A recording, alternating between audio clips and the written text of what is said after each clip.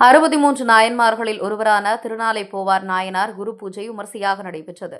பூலோக கைலாயம் என்று அழைக்கப்படும் சென்னை திருவொற்றூர் ஸ்ரீ ஆதிபுரீஸ்வர் தியாகராஜ சுவாமி வடிவுடையம்மன் கோவில் ஸ்ரீ ஆதிபுரீஸ்வரர் சன்னதி அருகில் அருள்பாலிக்கும் 63 நாயன்மார்களில் ஒருவரான திருநாளை போவார் நாயனார் குரு பூஜை வெகுமரிசையாக நடைபெற்றது.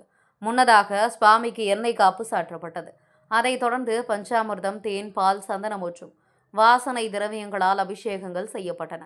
பின்னர் சுவாமிக்கு வஸ்திரம் சாற்றப்பட்டு பல வண்ண மலர்களால் அலங்காரம் செய்யப்பட்டு தூபதீப ஆராதனை செய்யப்பட்டது. பின்னர் வந்திருக்கும் பக்தர்களுக்கு பிரசாதங்கள் வழங்கப்பட்டன.